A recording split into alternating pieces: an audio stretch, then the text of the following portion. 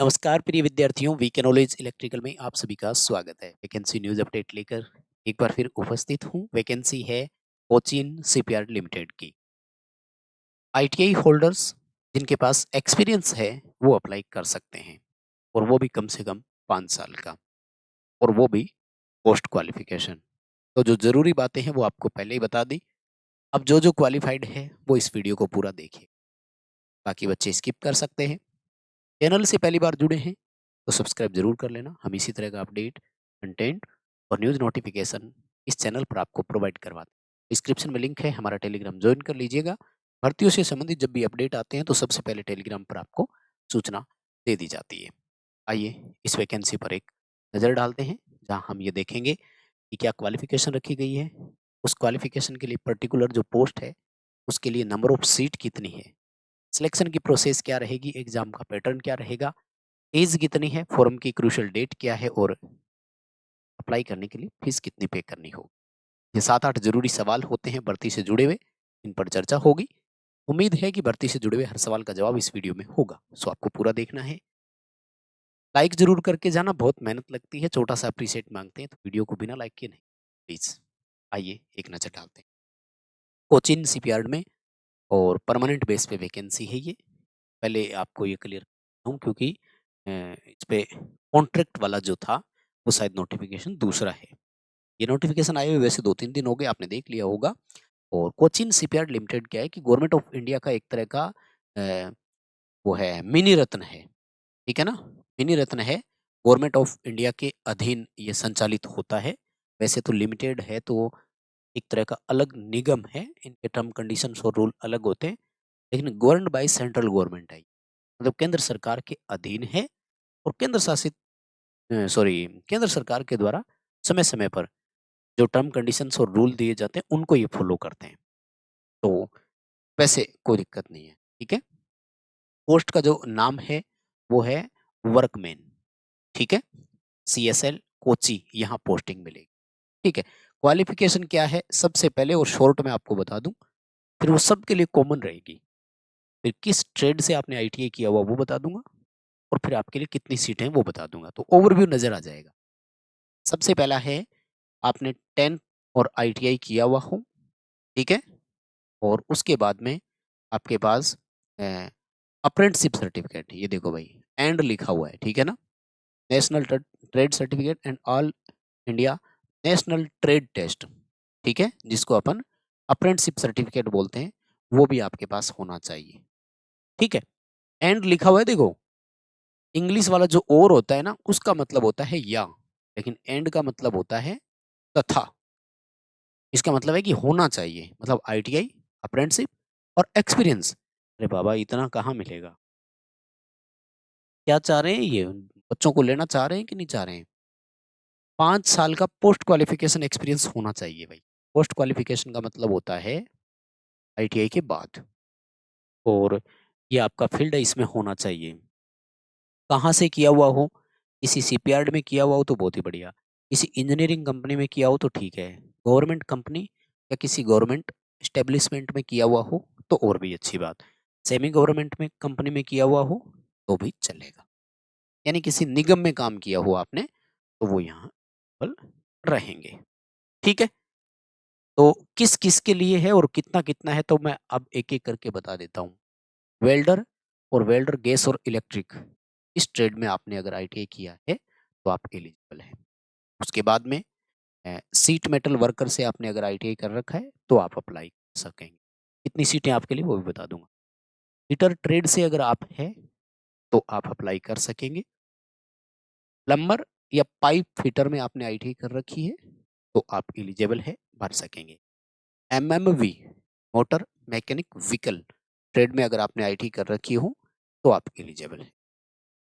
Mechanic diesel से आपने ITI की है, आपके लिए भी यहाँ पर पद है, आप भी भर सकते हैं। उसके बाद मशीनिस्ट ट्रेड से अगर आपने ITI किया है तो आप भी एलिजिबल है। उसके बाद इलेक्ट्रिशियन ट्रेड से अगर आपने ITI किया हुआ है तो आप भी यहाँ कर सकते हैं। उसके बाद इलेक्ट्रॉनिक मैकेनिक ट्रेड में अगर आपने ITI किया है तो भी आप कर सकते हैं। 10th ITI, अप्रेंटिसशिप, 5 साल का एक्सपीरियंस। ये चारों क्वालिफिकेशन है तो बच्चे मिलेंगे इनको, लेकिन यहाँ इनके आसपास वाले ही, क्योंकि यार टाइम टू टाइम वैकेंसी करते हैं। तो अपने पास में जो चीज़ की डिमांड होती है ना, अब जैसे झारखंड ओडिशा उधर माइनिंग वाले बच्चे होते हैं ज़्यादातर, तो वो माइनिंग सर्टिफिकेट और वो पूरा तैयार रखते हैं। इलेक्ट्रिशियन, इलेक्ट्रॉनिक मैकेनिक और इंस्ट्रूमेंट मैकेनिक के लिए क्रेन ऑपरेटर के नाम से पद है। क्रेन ऑपरेटर का 5 साल का एक्सपीरियंस है, तो यहाँ भर सकते हो। इंस्ट्रूमेंट मैकेनिक ट्रेड से अगर आपने आईटीआई किया है तो आपके लिए अलग से सीट है। शिप राइटर, वुड कारपेंटर में अगर आपने आईटी कर रखी है तो कर सकेंगे। Painter, fitter, sheet metal worker, इन सब के लिए भी कॉमन है। ये लो भाई, इतनी ट्रेड है आपके लिए, ठीक है ना। 13 आईटीआई मतलब 13 पोस्ट है, 13 ट्रेड वाले, यूं समझ लो एक तरह से, ठीक बात है। अब आ जाते हैं क्रूशियल डेट पर। 6 जनवरी 2026 से ऑनलाइन एप्लीकेशन स्टार्ट हो चुके हैं। 13 जनवरी 2026 लास्ट डेट है आपके लिए, तो आप समय निकाल कर अपना फॉर्म अप्लाई कर दीजिएगा। अब आ जाओ, इसके लिए कितने पद है इस पर बात कर लेते हैं। तो टोटल है 210 सीट। चलो 210 बच्चे तो रोजगार पाएंगे, हम ये सोचकर अपडेट ले सकते हैं। चलो इन्हीं 210 का तो भला हो जाएगा, क्योंकि पे स्केल बहुत शानदार है। 42,000 रुपये पहली सैलरी मिलेगी। माय डियर, आईटीआई वाले को 42,000 रुपये पहली सैलरी बहुत बड़ा मायना रखती है। इसलिए अगर क्वालिफाइड हो तो अप्लाई जरूर करना, क्योंकि मौके बार बार नहीं मिलते हैं, ये ध्यान रखना। लोग कई बार कहते हैं ना कि घने ही मौके आएंगे, बहुत मौके आएंगे, हमारे लोकल में बोलते हैं, नहीं होता ऐसा। खैर, सबसे पहले फिटर के लिए, जो वेल्डर वाले हैं उनके लिए देखो 40 सीटें हैं। 56 सीट है सीट मेटल वर्कर के लिए। फिटर के लिए है 33। प्लम्बर वालों के लिए है 5। एमएमवी की है 4। वहीं 14 सीटें हैं मैकेनिक डीजल की। मशीनिस्ट की है 6। वहीं अगर 17 सीटों की मैं बात करूं तो इलेक्ट्रिशियन वालों के लिए, इलेक्ट्रिशियन की 17 सीट है। इलेक्ट्रॉनिक्स वालों की 8। और उसके बाद में ये कॉमन आपकी सीटें हैं, टोटल 210 पदों पर। बताओ, यहाँ तक की बात समझ में आ गई क्या? ये देखो पे स्केल, मैं जो हमेशा किसी न किसी भर्ती में पे स्केल को बहुत बड़ा मानता हूँ, और मैं आपको बोलता हूँ कि पे स्केल के बारे में आपको अपडेट होना जरूरी होता है। तो यहाँ देखो भैया, 22,500 से लेकर 73,750 वाला है। वेतन ग्रेड 6 है। लेकिन एक बात बताऊं, अब 8वां वेतन आयोग भी लगने वाला है, नहीं जाने ये चेंज होकर कितना हो जाएगा। तो भाई नौकरी है तो बहुत कुछ है। तो अगर क्वालिफाइड हो तो फॉर्म जरूर भरना। क्या क्या मिलेगा देखो, लगभग 52% डीए चल रहा है, ठीक है। एचआरए देंगे 20%। अदर अलाउंसेज भी मिल जाएंगे। 41,795। भाई 42,000 रुपये पहली सैलरी मिल रही है यार, और क्या चाहिए बताओ। मैं तो इसे बहुत अच्छा मान रहा हूँ। बाकी आपका क्या विचार है जरूर बताइए। 22,500 पे स्केल रहेगा, ठीक है।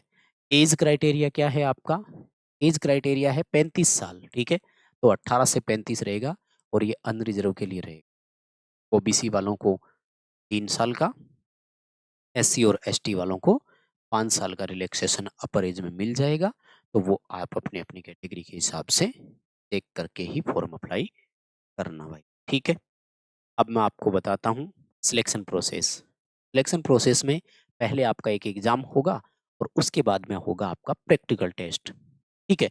तो आपका जो फेज फर्स्ट है, इसमें ऑब्जेक्टिव टाइप क्वेश्चन होगा जो 70 नंबर का रहेगा। और फेज सेकंड जो है आपका, ये आपकी प्रैक्टिकल टेस्ट रहेंगे 70 नंबर का, टोटल 100 नंबरों का होगा, और सबको मिला करके मेरिट बनेगी, ठीक है। और ये जो आपके है 30 नंबर का ये जो रहेगा, है ना, इसमें देखो आपके जो 30 क्वेश्चन आएंगे उसमें क्या रहेगा, 20 क्वेश्चन आपकी ट्रेड से रिलेटेड रहेंगे, 5 question quantitative aptitude reasoning math type वाली, और 5 क्वेश्चन जनरल नॉलेज के।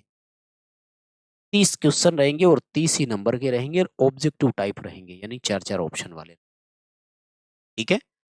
और कोई किसी तरह की नेगेटिव मार्किंग नहीं होगी, ये आपको ध्यान रख, ठीक है। 6 गुना बुलाएंगे फिर प्रैक्टिकल टेस्ट के लिए, और प्रैक्टिकल में भी मिनिमम पास मार्किंग रहेगी, और दोनों को मिला करके आपका जो 100 नंबर का मटेरियल रहेगा उसमें से मेरिट बने, ठीक है। क्रूशियल डेट आपको बताई दी, बाकी सारी जानकारी आपको दे दी। एप्लीकेशन फीस देखो, 700 रुपये फीस है भाई, ठीक है। और नॉन रिफंडेबल है, वापस नहीं मिलेगी। और SC ST अगर कैंडिडेट्स है तो उनको फॉर्म फीस पे करने की ज़रूरत नहीं है, बाकी बच्चों को पे। और कोई भी जानकारी चाहिए तो डिस्क्रिप्शन में लिंक है, हमारा टेलीग्राम ज्वाइन करके रखें और टेलीग्राम पर आपको ये पूरा PDF नोटिफिकेशन मिल जाएगा, वहाँ से लेना। और इस वीडियो को लाइक करके अपने दोस्तों के साथ शेयर ज़रूर करना और आप क्वालिफाइड हैं या नहीं ये ज़रूर बताना। फॉर्म भरने वाले हैं कि नहीं ये भी ज़रूर बताइए। बहुत धन्यवाद। Thank you very much.